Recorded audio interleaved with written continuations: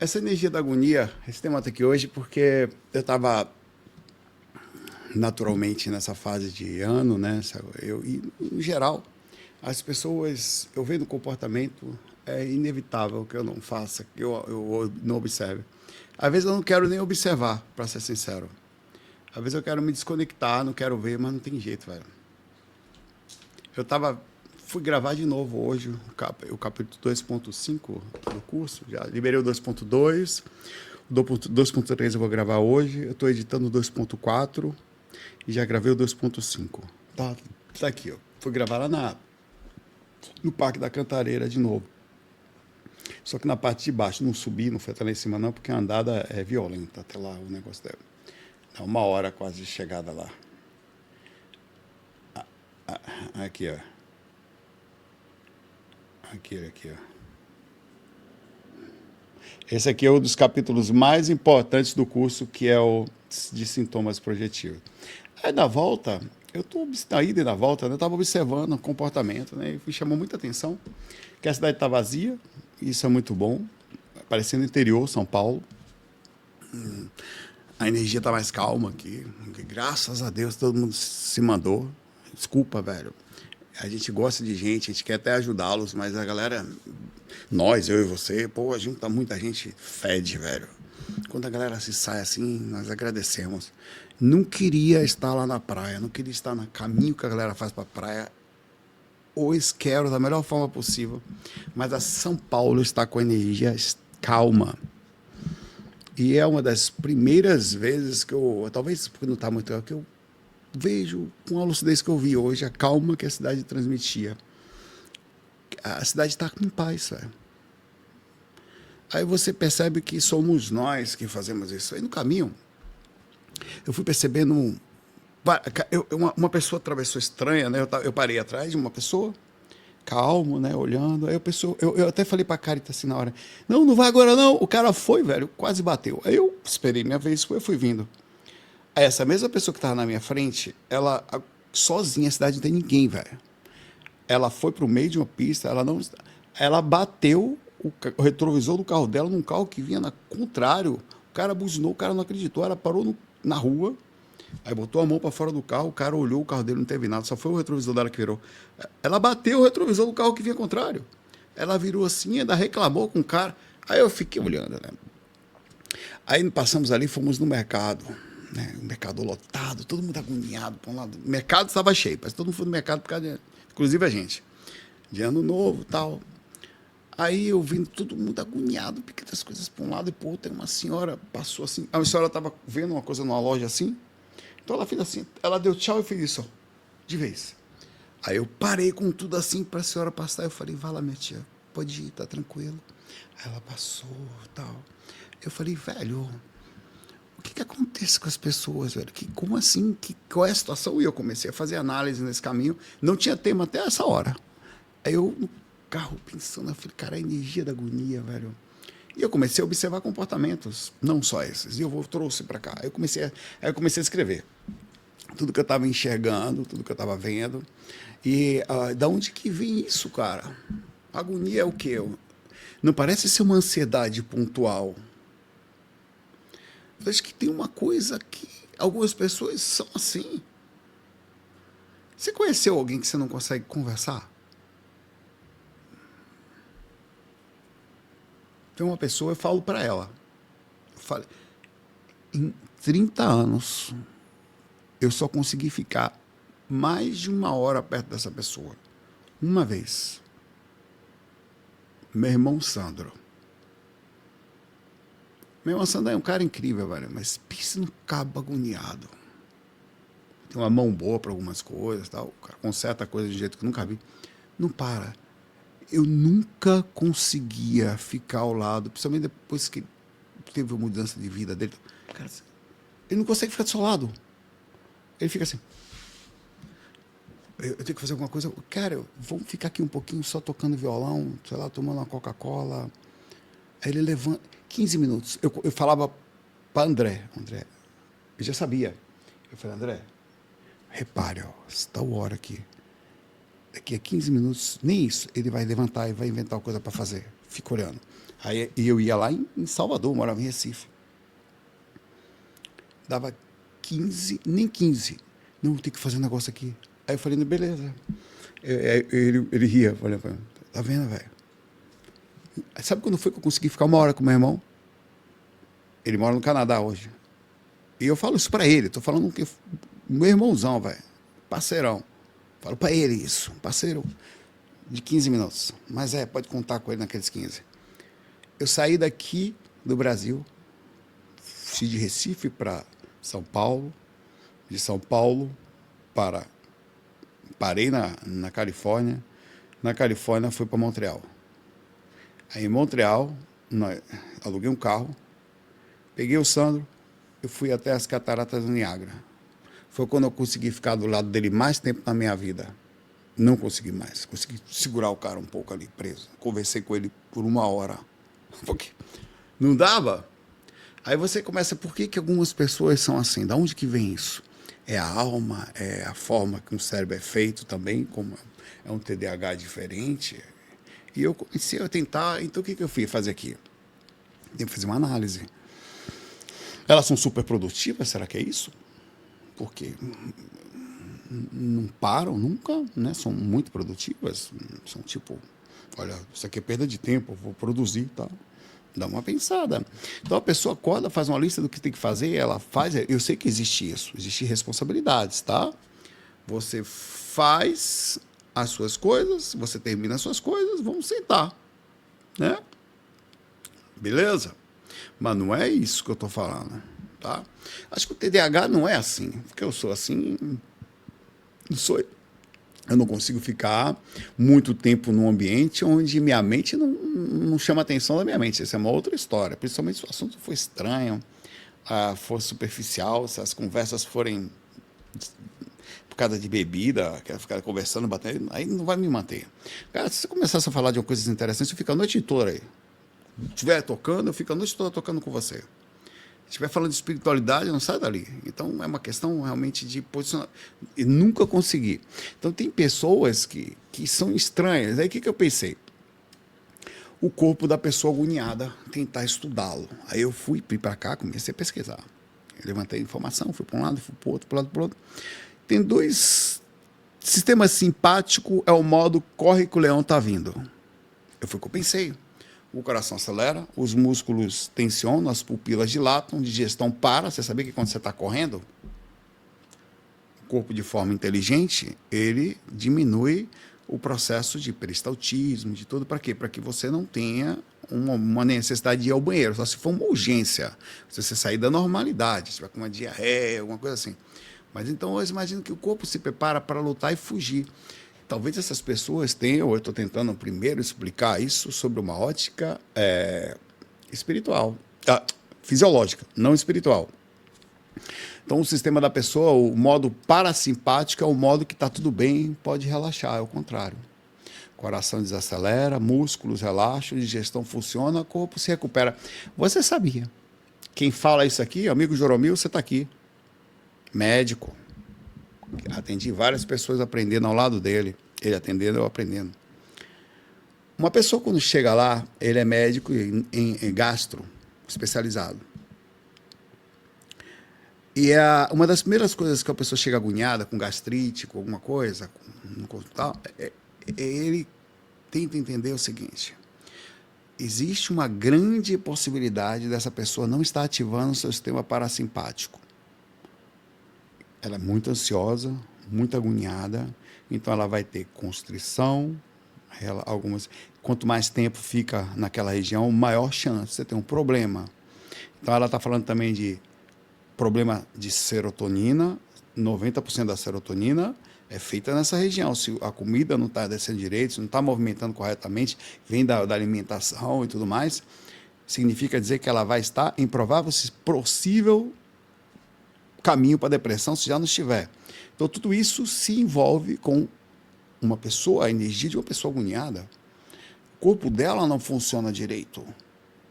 Ela não vai no banheiro direito. Pessoas agoniadas costumam ir no banheiro, às vezes, a cada 3 dias. E, às vezes, mais. Para liberar ali a esterilização densificada. Por quê?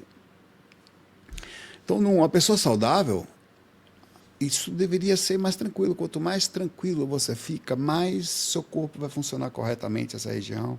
Você está avisando ao seu corpo, olha, relaxa, olha, vamos dormir melhor, vamos conseguir. Então, acho que tem algumas coisas que nós fazemos uma análise, e não é uma análise fria, do tipo, você é assim, condenatória, não.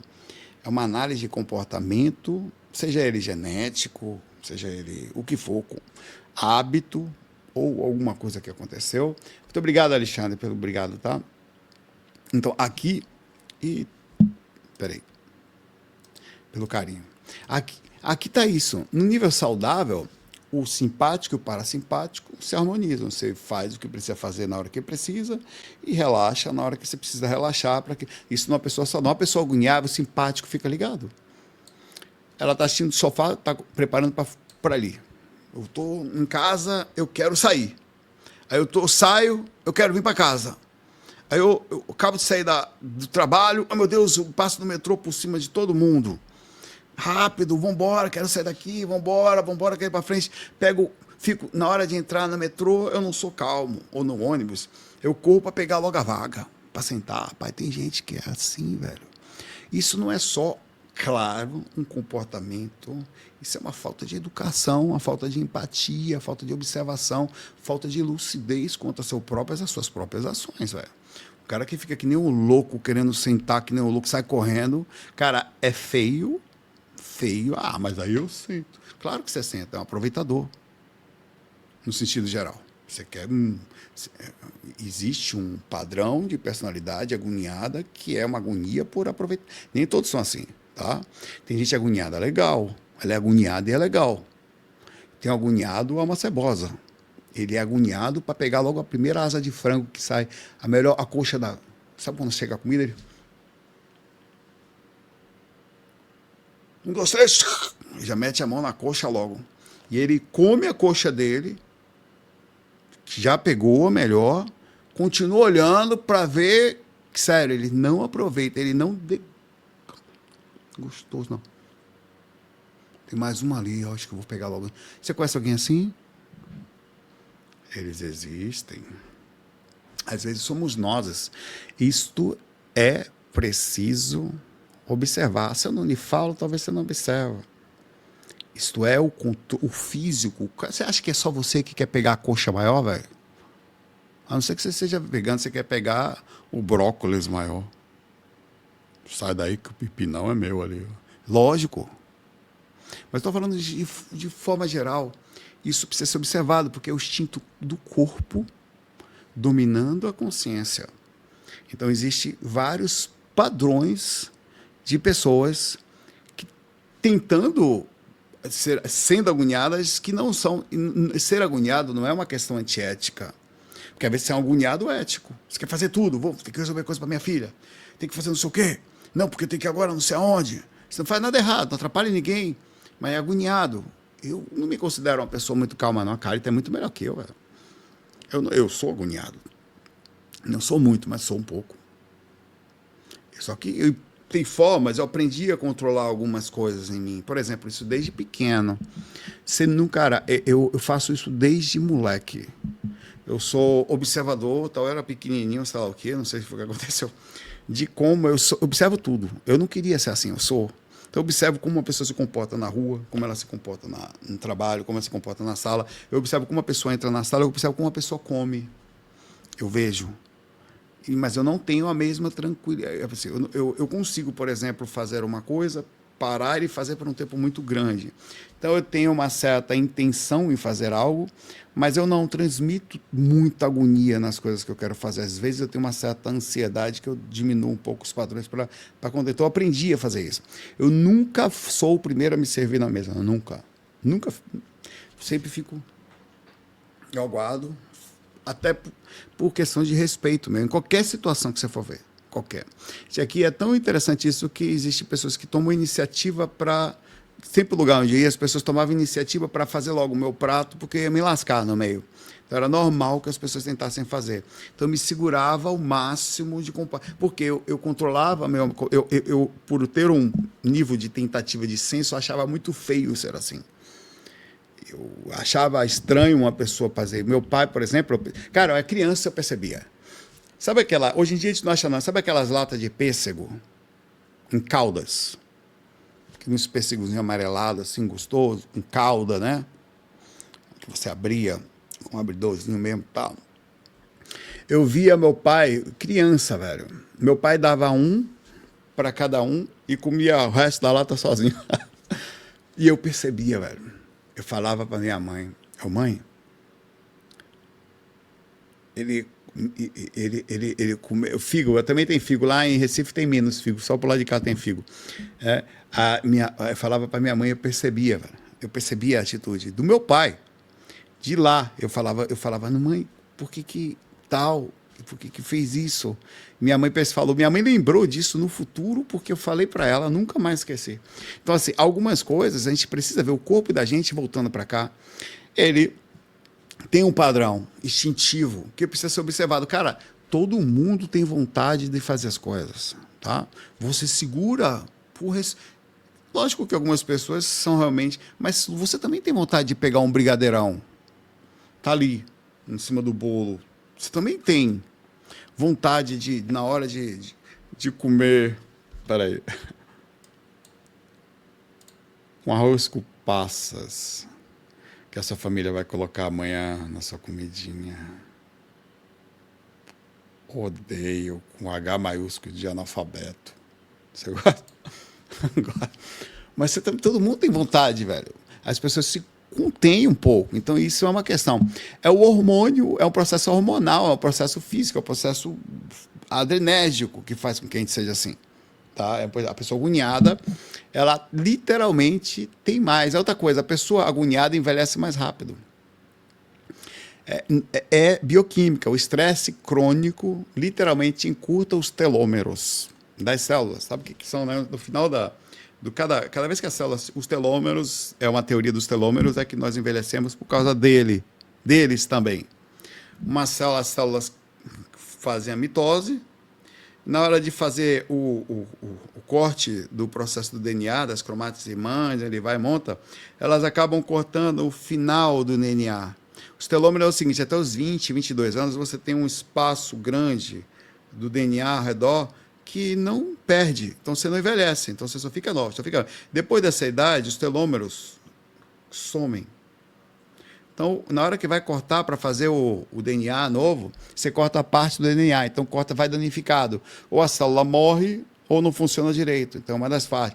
Quando você está agoniado, você perde o controle desse processo mais fortemente.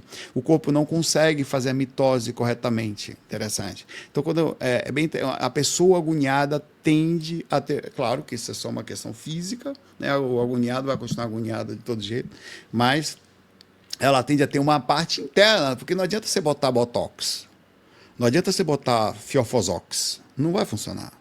Sua célula tem a mesma idade que tem o corte de telômero, não tem resolução até hoje.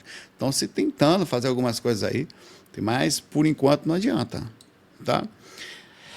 Problemas cardiovasculares também. O coração não foi feito para bater acelerado 24 horas por dia. O que acontece com você?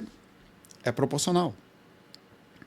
O coração bate mais forte, o sistema circulatório está com mais pressão, natural, para você conseguir fazer as coisas. Quanto mais tempo o coração está batendo forte, mais rapidamente você vai perder o controle homeostático. Existe uma grande chance de você ter hipertensão, só por ser agoniado.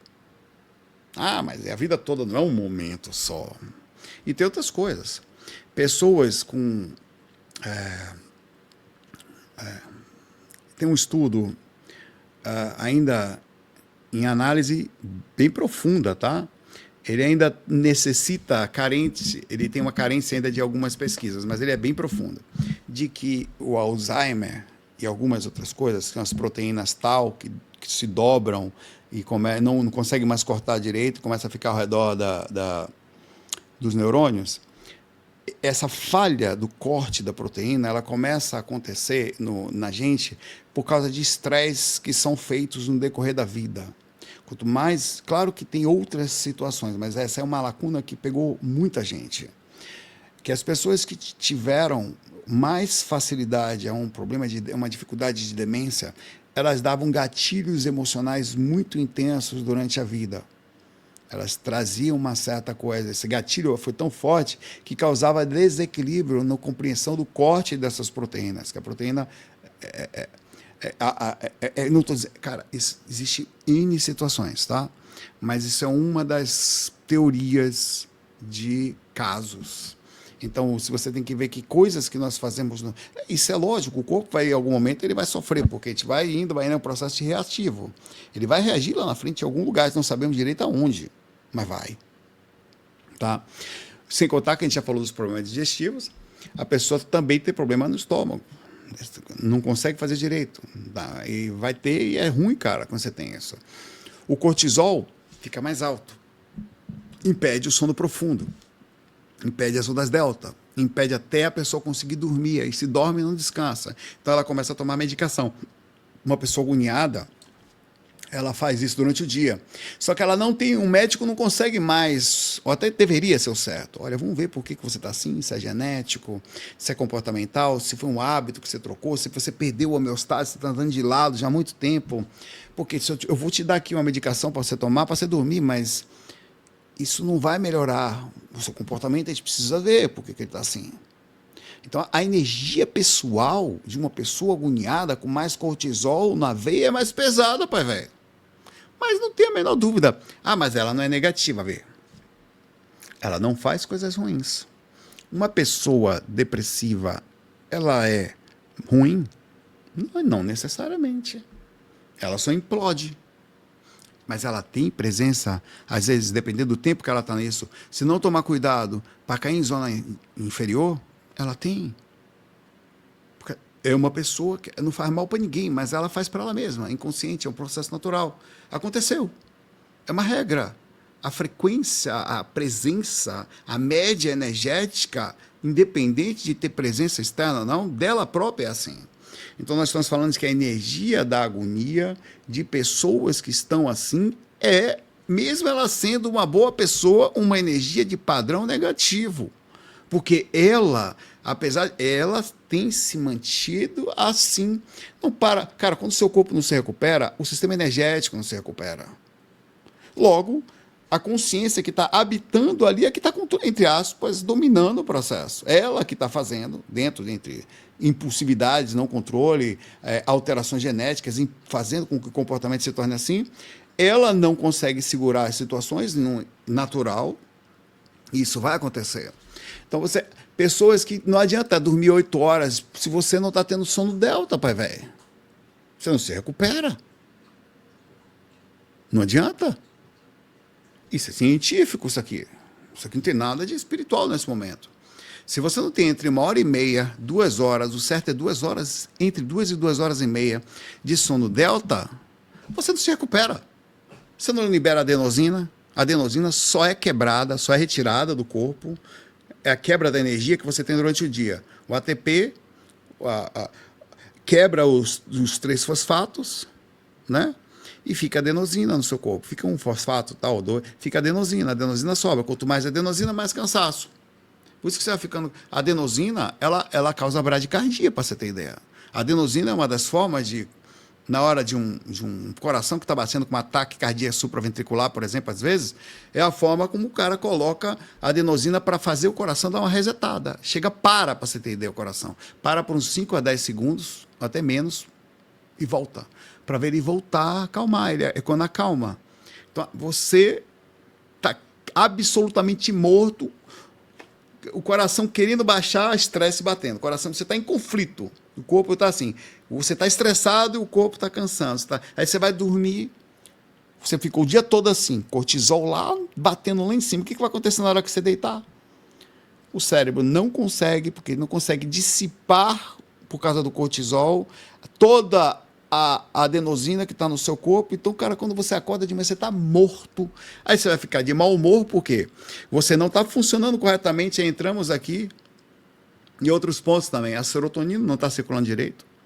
Você não está se recuperando corretamente. O cérebro, quando não entra em delta, ele também não recupera um monte de outras coisas. Então você está com a energia pessoal ruim, porque está agoniado. Então é um tema muito importante. Porque a gente acha que basta fazer, não, mas eu faço o Mani Padme Hum e tomo o passe. Você sai de lá agoniado, não adianta nada. Se você não. Nem tem receptividade. Esses dias é interessante pensar numa coisa. Pensa o seguinte, olha que interessante isso aqui que eu vou lhe falar. Chama-se comparativo com o corpo humano. Eu adoro isso, adoro. A coisa mais gostosa que tem isso da medicina é isso. Olha que interessante. Se um mentor passa aqui do seu lado, cheio de recursos, e resolve lhe dar algum, olha, eu vou lhe dar um pouco de energia positiva. Se você não tem receptividade, não adianta. O que seria receptividade? Estar numa média mais calmo para se aproximar da frequência dele, para que você esteja, porque receptividade é isso. Você dá uma medicação, a quantidade que, o exemplo, que ficou na corrente sanguínea do fármaco livre, que consegue chegar até o tecido e o tecido pegar aquilo e usar. Isso é receptividade. E tinha um receptor aberto para que isso acontecesse. Tem um alvo. Então, se você não tem... Cara, é em medicina com espiritualidade aqui. Olha a diabetes. Mesma coisa. Cheio de recursos no sangue. Glicose batendo lá em cima. A tipo 2, tá? O cara come, tem que tomar cuidado. Mas o que acontece? Tem que aumentar, dar um pico de insulina para que as células entendam o receptor, porque aquele não funciona mais. Para que as células consigam fazer. Porque o que acontece? Tem recurso, mas você não pega. Então, se você não tem receptividade, não adianta. Por que é importante? Você é agoniado, o mentor passa aqui do lado, te dá um passo e encaixa numa porcentagem menor.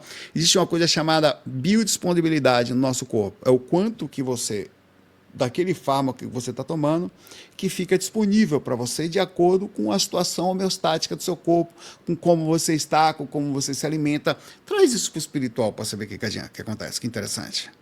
O que adianta você tomar a passe? Não alimenta, não mais volta o processo. Uma coisa é a senescência, onde você continua receptivo, com menos células por causa do processo de envelhecimento, o sistema imunológico já não funciona mais corretamente, também com menos acesso, ele tenta funcionar, mas não é correto. Então você vai ficando mais fragilizado, mas não é por falta de recepção, é por respeito ao processo natural da vida. Uma coisa é você ter todas as situações todas as forças possíveis e não conseguir pegar. Não consegue. Então, isso também está contido dentro de uma pessoa agoniada. O cérebro da pessoa agoniada, nós temos uma amígdala hiperativa. No centro do cérebro, uma estrutura chamada amígdala. A amígdala não é essa aqui, chama-se tonsilas aqui. Tá? Eu também pensava isso. Não é. Ele é o detector das ameaças. Tá? O cérebro, quando percebe o perigo, ele dispara o alarme e ativa todo o sistema de estresse. A pessoa agoniada, ela tem a amígdala hiperativada. Então, ela vê ameaça em tudo. Um e-mail não respondido é uma ameaça. Uma mensagem que visualizada é uma ameaça. Um fila do mercado é uma ameaça. Um semáforo vermelho é uma ameaça. Então, ela vai pelo lado o tempo todo. Ela tá o tempo... Cara, você já andou perto de uma pessoa que dirige que nem maluco? Eu não dá, velho. Você já andou? O cara não consegue ficar aqui, velho.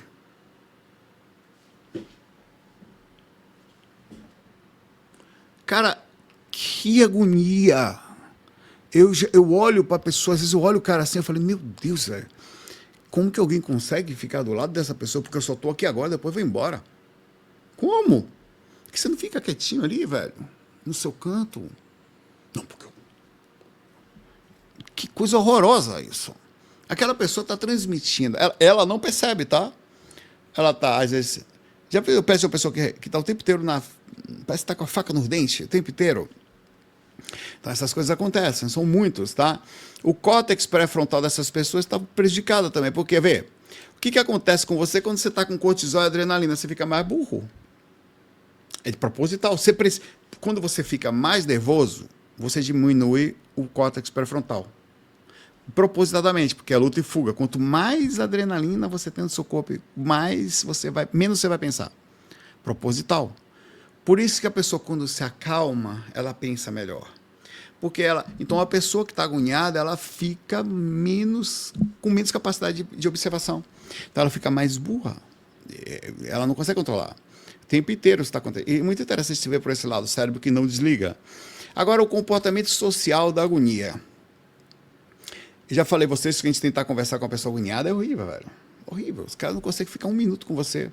Não consegue. Ela está o tempo inteiro com a cabeça distante ou querendo fazer alguma coisa. Calma, velho, eu vou com você daqui a pouco, calma. Não, eu tenho que ir ali, velho. Não, velho, peraí, velho, eu vou com você lá já. Não, velho, tem que ir lá agora. Pelo amor, tá bom, vai lá, velho. Então, assim, é muito ruim.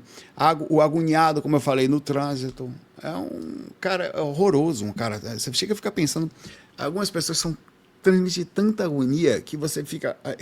Eu acho que deveria ter até uma análise mais a fundo. As pessoas não deveriam transmitir informações uns dos outros, sabe? De uma forma sutil. Deveria ter pessoas que falam, ó, o carro tal, tá, não só os sinais, mas a gente deveria, porque é muito estranho, cara. Mas voltando aqui, a agonia, às vezes, ela é contagiosa e a gente tem que tomar cuidado com isso. Ela é uma energia que ela contamina se não tomar cuidado. Você perde uma pessoa que você fica um pouco agoniado. É uma energia que ela agride, ela tem cheiro. Os animais sentem, por exemplo, a energia do medo, a energia da agonia, a energia do ataque. Eles sentem, eles conseguem sentir cheiro. Tanto que pessoas agoniadas que transmitem esse medo muito forte, exemplo, que libera muita adrenalina na hora do medo, para você justamente quiser luta e fuga, os animais sentem esse cheiro e eles tendem a atacar você até, porque eles veem como uma ameaça. O que esse ser tem? Ele vai lhe matar. Sentindo esse ser, eles acham que você vai atacar ele, ou atacar a casa. Então eles tendem a te atacar. Não é imaginação, isso é neurociência isso aqui, tá? A gente tem uma coisa também chamada sistema de neurônios espelho. Tudo que você acontece ao lado, por que você boceja quando eu faço também? Existe um contágio de ações. Tá? A agonia também faz com que pessoas comecem, todo mundo a fazer, por exemplo, todo mundo vai para a praia. Cara, branco, por que você se veste branco? Fala aí para mim. Um exemplo. Porque todo mundo... Não, eu sei que está dentro de outro contexto. Mas você nem pensou por que você faz. Pessoas se vestem de branco. Você sabia que se vestir de branco é uma tradição da Umbanda e do Candomblé? Não se fazia. É do Candomblé. Não se faz em nenhum outro lugar do mundo. A gente faz aqui. Do Umbanda e do Candomblé. O Evangelho... Perfeito. Olha a ideologia. Entendeu? Não, é uma forma de... Eu quero fazer isso por causa daquilo. Tem gente que não gosta nem de Jesus, não gosta nem de nada. Até é evangélico que não quer saber da Umbanda e do Candomblé e não sabe. Então, que interessante. Elas vão seguindo sem pensar, é contra as de hoje. Todo mundo faz... É um processo, este é um processo que faz. Por que o consumo? Todo mundo faz a mesma coisa. Se você não tomar cuidado, vai transmitindo uma certa agonia não ter as coisas. Ou não estar a par de algumas coisas. Às vezes aparece uma coisa que viraliza, nós não vemos o que é direito. Sei lá, o negócio da Havaiana aí mesmo. Aconteceu a Havaiana. Que porra essa cara tá falando da Havaiana, né? Um exemplo, né? Não façam questões políticas, não, se vocês puderem, controlam os impulsos, se der, tá? Eu não entendia, eu falei, que negócio estranho esse, né? Aí eu fui procurar ler, né, ver o que era, aí vira assim, era uma coisa que estava sendo transmitida de forma tão... E todo mundo começava, claro, por um motivo e outros, mas não se percebe que aquilo é meio que vai pegando todo mundo, cara. Você entra no meio, por que você está no meio? Você jogou na Mega Sena? Na virada? Você vai.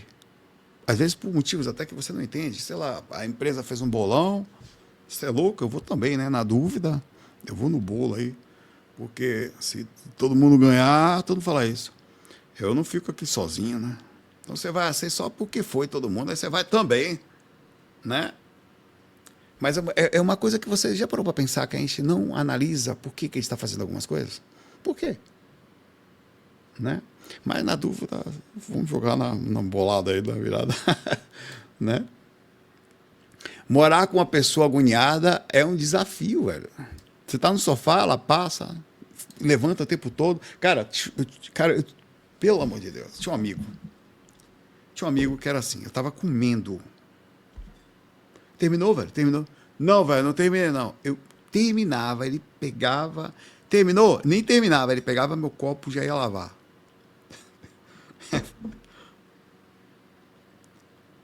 Para! Você não vai pegar nas minhas coisas aqui, você não vai me perguntar nada. Aí o que ele fazia? Ele arrumava a mesa inteira, só ficava. Aí como é que eu vou comer aqui assim, velho? Já arrumou a porra toda. E ele ficava ali sentado, com a perna balançando. Claro que é um questão um pouquinho mais além, né? Aí tem um transtorno, provavelmente obsessivo compulsivo. Mas aí você fala, me traz esse amigo aqui pra casa, velho. Tô doido pra um amigo desse. Aí eu chegava, eu entrava no quarto dele, Rafael é o nome dele. Aí eu entrava no quarto dele lá, quando eu morava lá na. E ele tinha antigamente tinha umas revistas da Playboy, né? Coleção assim, ele tinha uns negócios assim no quarto dele. Aí eu entrava, aí eu pegava as revistas assim e fazia assim. Tava aqui, né? Assim. Aí eu fazia isso, cara, juro, velho. Fazia isso aqui, ó. Virava pro lado. Aí ia pro lado assim, pegava um copo que ele tinha em cima da mesa. Virava. Aí, cara, ele entrava no quarto. Era porque não tinha câmera nessa época, era pra filmar.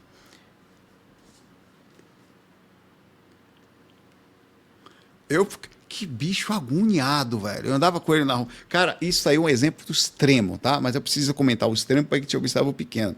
Uma vez estava eu e ele andando na praia de Itapuã.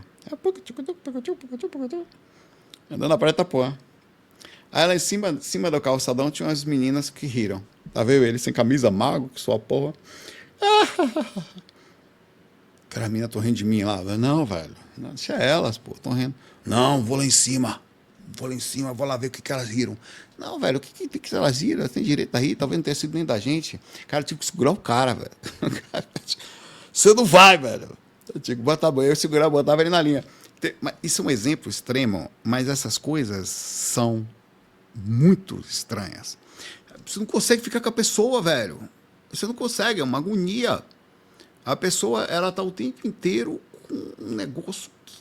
Cara, vamos ficar zen, calma, velho, calma. Eu sei que aí eu acho, e digo a você, que há uma ação espiritual, provavelmente fisiológica, e também fisiológica com a questão do DNA.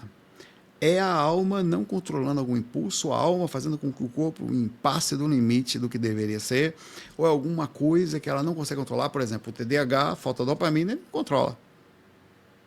Tem alguma coisa aí no meio disso que é preciso olhar. Por isso que mais do que só falar e apontar, existe algo a ser feito aí. Não sei dizer. Só que a aura dessa pessoa não fica legal. A aura do agoniado, velho, não é legal, velho. Não pode ser legal. Ela é instável. O corpo não se recupera, os chakras, o sistema não se recupera, o sangue está o tempo inteiro batendo, o coração está o tempo todo forte lá. Há uma instabilidade na forma com que ela é emitida. Provavelmente cores estranhas, não brilhantes, tá? Não vão estar legal. A pessoa agoniada tende a ser mais alguns pontos específicos mais extremos. Não tem como ter. Não há a menor dúvida de que isso está acontecendo, mas está acontecendo em todos os pontos que a gente imagina. O que fazer em casos como esse? Cara, olha, quando a pessoa tem isso, obviamente que tem coisas da gente que a gente não entende, tem impulsos, tem falhas neuronais, tem falha de neurotransmissores, tem coisas que estão faltando, o corpo tenta compensar, dá aquele pico do nada. Pô, tem um monte de coisa que acontece na gente que é desregulado. Gente que tem um monte de coisa. Eu acho que tem que ir talvez conversar com uma pessoa, porque como é que eu faço para diminuir isso? Um psicólogo, talvez, que vai apontar, ser um bom psicólogo, que vai conseguir observar comportamento, onde a pessoa tente fazer, através de observação mais plena, durante o dia, pequenas práticas, ela consiga, antes de fazer contar até 10, falar, não, peraí, cara, eu pensei... Por exemplo, eu fiz isso comigo. Eu avisei para mim que eu não devo ter pressa. Então, fico aqui e fico aqui. Eu tenho feito isso, esse ano eu fiz muito isso, mais do que o normal. Eu deixei as coisas serem como elas são e parei de ter pressa. Então eu chego na faculdade, por exemplo, todo mundo levanta. Eu antigamente eu fazia, eu sempre fui o primeiro a ir embora, porque eu queria realmente sair, não gosto de ficar em casa, não gosto de sair mais. mas eu percebia que eu precisava estar mais nos lugares para que meu cérebro entrasse num ponto de eu gosto de estar aqui. Não é tão ruim assim estar aqui. Eu não posso achar isso aqui ruim, porque senão eu não vou aprender aqui. Então eu fico mais calmo, eu sinto, coloco aqui, não vou, agora beleza, vou para casa, mas já fiz isso aqui. Eu aproveitava, eu vou preparar o tema aqui sentadinho. Então às vezes todo mundo vai embora. Eu preparo o tema que eu olho, analiso, vejo e tal, fica ali uns 40 minutos a mais. Aí eu vou mais tranquilo. Fui tentando diminuir esses gatilhos. Isso aqui é possível a gente fazer. E não foi só isso que eu fiz. Através de observação, isso não estava fazendo medicação nenhuma, não, tá? Isso foi um negócio que eu fiz sozinho. Eu tinha impulsos também.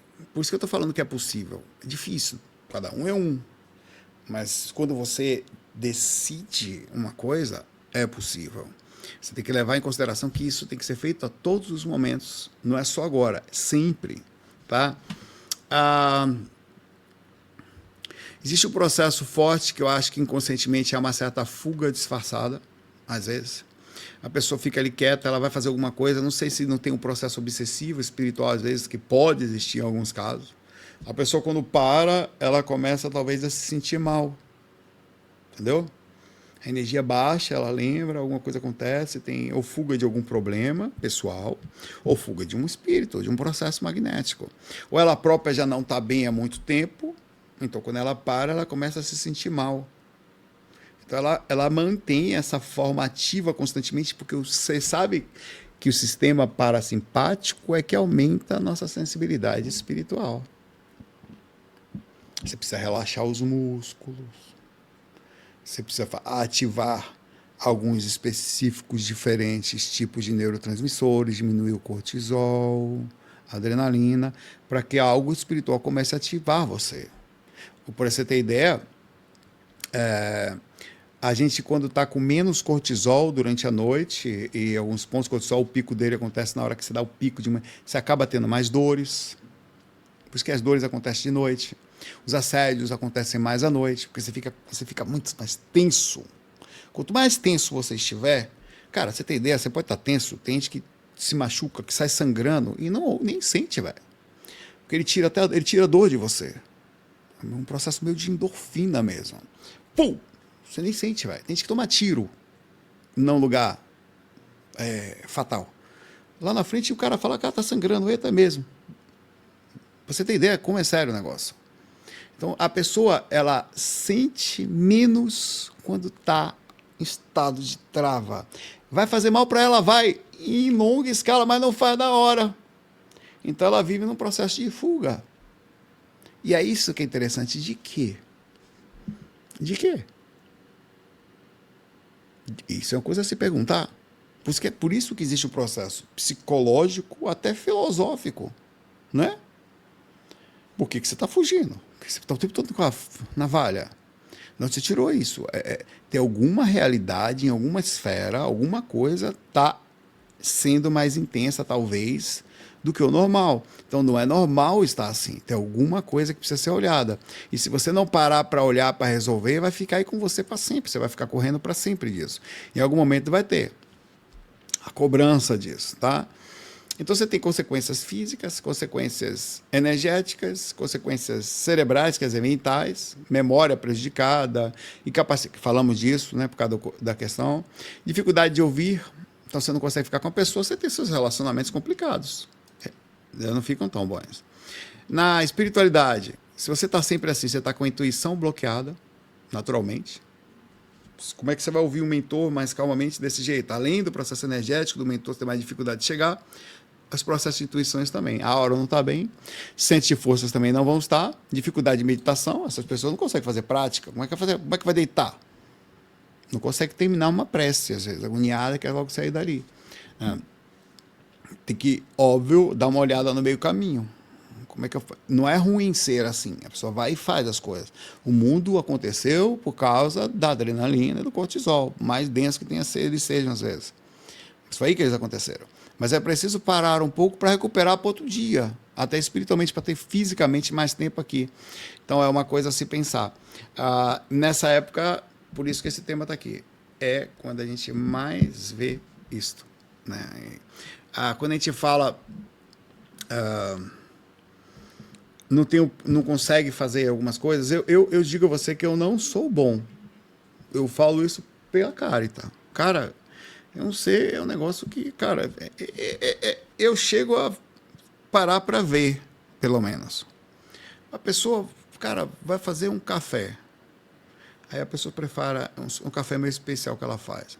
Ela prepara o pó, um pó diferente. Com os condimentos que ela vai botar no café dela, ela coloca o gelo, ela pega o leite vegetal, aí ela vai devagarzinho, cara, ela bota um negócio. É quase um negócio de Harry Potter, velho. Aí vem com um negocinho assim, solta 2 gelinhos dentro. Eu fico ali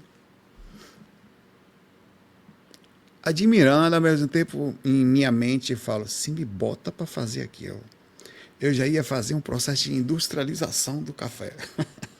Eu ia pegar uma saca de gelo desse tamanho, ia botar um café, ia congelar para fazer uma vez só por semana, no máximo. E aí pegava, batia no liquidificador, você da cozinha, no outro, 2 minutos depois. Tem gente que é assim, velho, que é um negócio. Que, claro que o cérebro da pessoa tem que funcionar direitinho para estar o troço desse. Quem é assim? Eu vou perguntar, vamos fazer uma enquete aqui. Chega meu microfone aqui, ficou agoniado comigo que se jogou. Vou sair de pé desse cara. Você consegue fazer as coisas com muita calma e paciência? Cara, é muito legal isso, velho. Qualquer hora do dia, tá? Tem negócio de madrugada eu sou assim. De madrugada eu devagarzinho. Você consegue? Não minta, não. Vamos ver aqui como é que vocês estão aí, tá? Eu não. Fazer negócio pra mim tá. É o tipo diferente, por isso que eu acho assim. Nós precisamos de vocês, seres assim. Vocês são importantes para ajudar os seres malucos como nós. Vocês são massa, velho. De organizar, fazer crochê. Minha mãe era assim também, velho. Minha mãe era incrível. Minha mãe pegava o negocinho, vou fazer. Minha mãe era tipo aquelas senhoras antigas que se fazia crochê para todas as coisas. Tinha crochê para liquidificador, aí tinha para colocar na tampa do vaso, aí tinha coisinha para cair lá, sentava ali. Acho que eu vou fazer um crochê. Acho que eu vou pintar a casa toda de azul. Aí minha mãe começava, pintava o vaso, aí pintava a parede. Ela passava o dia com um pincel. Minha mãe, pelo amor de Deus, tem eu vou ali embaixo comprar o rolo para você fazer isso mais rápido. Não. Aí ela pegava. Né? Então. Calma, assim. De onde você tirou isso, velho? Como que você faz isso?